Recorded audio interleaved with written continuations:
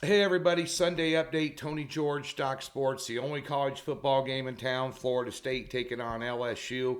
Tell you what we're going to do. We're going to give you that play because I don't have any more college football plays, including the Clemson Georgia Tech game tomorrow night. On the premium side of things, we got out of the first 10 days of college football at 6-2, and we'll take it. And yesterday was a day of head scratchers and upsets and a day of observation, as I had mentioned. And I'm going to give you those observations at the end of the video. So if you don't give a rat's ass about what I think, you don't have to listen to it up front. We'll get right to this game, then we'll give you observations of what we got going on over the website. It's a busy day today with NASCAR, WNBA, and Major League Baseball, and red hot player props. We'll talk about that. You're leaving money on the table by not getting on these, but I've been telling you that for the last 2 weeks. But nonetheless, tonight, first of all, in this game, I don't care whether you like Brian Kelly or not. I don't like him. I think he's an ass. And I thought Steve Spurrier was an ass. But when the line is right, I took him. And LSU's just a better team than Florida State by at least a touchdown. I know the line jumped up to 4 today. Jaden Daniels at quarterback's going to be unbelievable for them. He's got weapons everywhere, speed everywhere.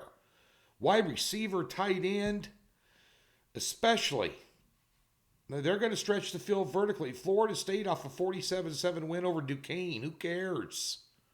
It's a tune-up game. That's nothing more than a soap scrimmage in high school for Florida State. They don't have near the talent level that LSU has. And Kelly inherited talent. And he developed some and brought some in. They're going to be good.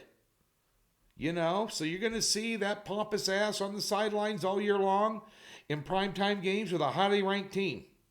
And they're going to prove it tonight in the Superdome in New Orleans on their home turf with a better team.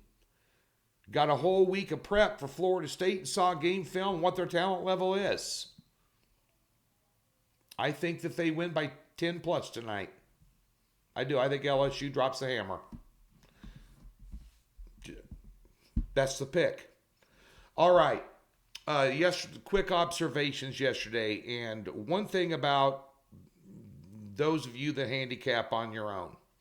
The number one lesson in handicapping, I've been doing it 30 years. Respect it or don't. I really don't give a rat's butt.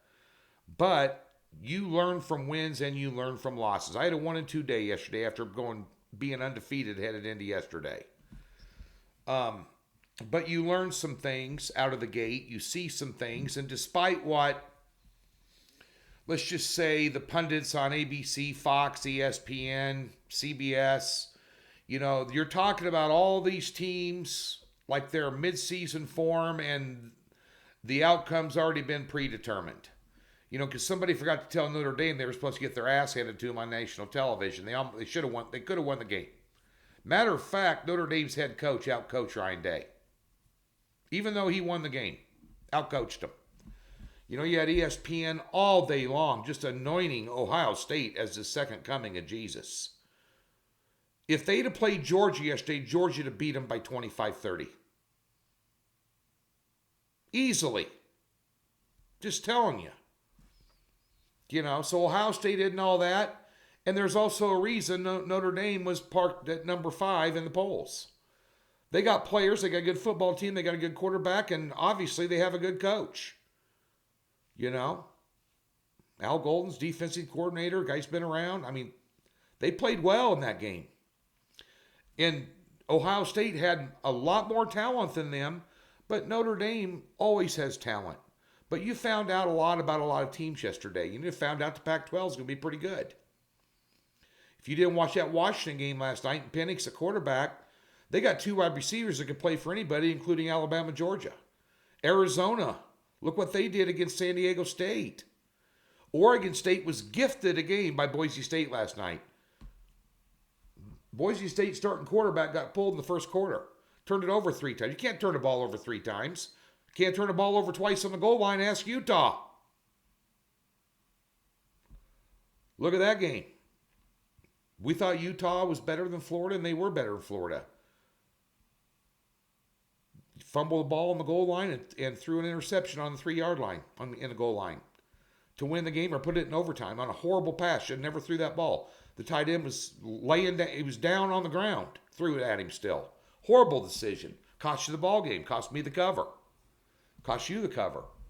But at the end of the day, what'd you find out in that game? Florida State's thin on defense, and physical teams going to give them problems because Utah gave them problems. Utah dominated them up front in the second half. The problem is, we found, and the other takeaway from that game is, Florida's got a quarterback. Utah had no answer for Richardson, especially in the second half. He reminded me of Tommy Frazier, Nebraska back in the day. You just have no answer for him. You can only hope to contain him. Florida's going to give people problems with him, a quarterback, if he performs like that. That was one of the best performances of the day. And there were a lot of good ones. Found out North Carolina didn't have defense, don't we?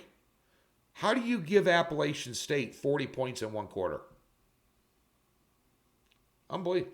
I've told you for years, Mac Brown is a horrible head coach. He's the best fade coach in the nation, especially in a big, and it's usually in games that he's supposed to be winning by 20 or 30. But there's just a lot of observations yesterday that you saw. Maybe Iowa's not all that. They needed 2 safeties in that game to beat South Dakota. Maybe Kansas is going to be better than their 2-win total, huh? Just a lot of observations yesterday. Over at the website, we have a 6-unit top play in NASCAR. The last 7 weeks, we've put out all top plays, and we've cashed 5 of them. Got a 6-unit pick tonight in the Southern 500. Darlington. Get on it. Player prop bets. We've gave them away here for a couple months on these videos and on my Twitter at TGeorgeSports, and said we're going to start selling them on the website. We're crushing it. Crushing it. 2-0 yesterday. 7-unit winner the day before. 2 more today. It's like stealing candy from a baby. Come on. Right there, Doc Sports. We give you a free $60. Link in the description below. Any new account, you can park that in there. Those cards are $25 a day. Got 2 of them on there today. 4-unit Major League Baseball best bet. Cased our last 4 cards in a row. Major League Baseball. WNBA. Playoffs. Storm versus Aces. Who's going to win? 4 units. Watch and win, baby. We're on that game today for 4 units. Get on it. Have a great Sunday.